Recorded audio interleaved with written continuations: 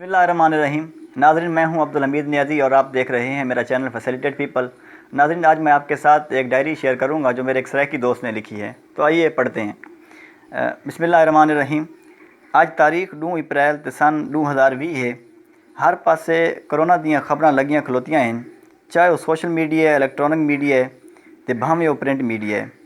कोई आदा बायोलॉजिकल वार है ते असां मुसलमान आदे हैं अल्लाह पाक साढ़े तो नाराज़ है।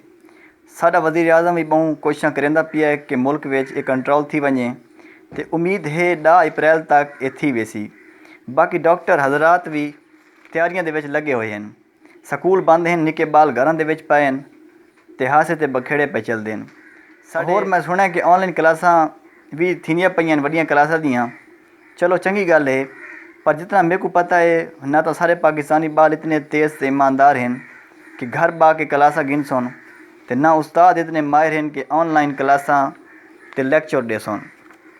बाकी जेड़ा बाल पिंड दा जिथे मोबाइल ते फोन आवे ते बंदे को मोबाइल चा के नसना पौंदा है, वत वन के गल थींदी है उत्थे ऑनलाइन क्लासां के थी सुन।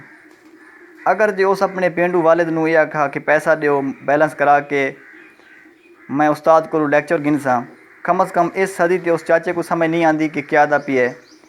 बाकी कल भी पढ़दा पिया एक कालम निगार की गल लिखते हैं, मैं निके भरा को डिठा मोबाइल खोली बैठा ही ते परेशान आई ना लिखदा भी बैठा ही नाल बैठा ते पहले बड़ा खुश थियां कि चलो पढ़दा बैठा है, पर यकीन मनो पहले भी मैं वो चीज़ समझी हुई आई पर वत भी समझ नहीं आई। मैं उठी पिया थोड़ी देर बाद जल्द वापस आया तो डिठा कि निका भरा हंसदा बैठा ही ते परेशानी भी गायब आई। पूछा तो आखा उस्ताद वड्डी उम्र दे हैं ते ऐप को चला नहीं सकते जिससे ऑनलाइन लैक्चर देंदे बैठे हैं। तालिब इल्मां विचों कई गाना विच ग्रुप छड्ड दिता है। इस तरह तो थींदा इस तरह के कम अज। बाकी मेरी यह दरख्वास्त है आला हुकाम को कि अल्लाह दा नां गिनो, कोई बालां ते रहम करो, उन्होंने वालदैन ते रहम करो ते नाले इस मुल्क ते जै को तुसा बिल्कुल ख़त्म कर गए हो।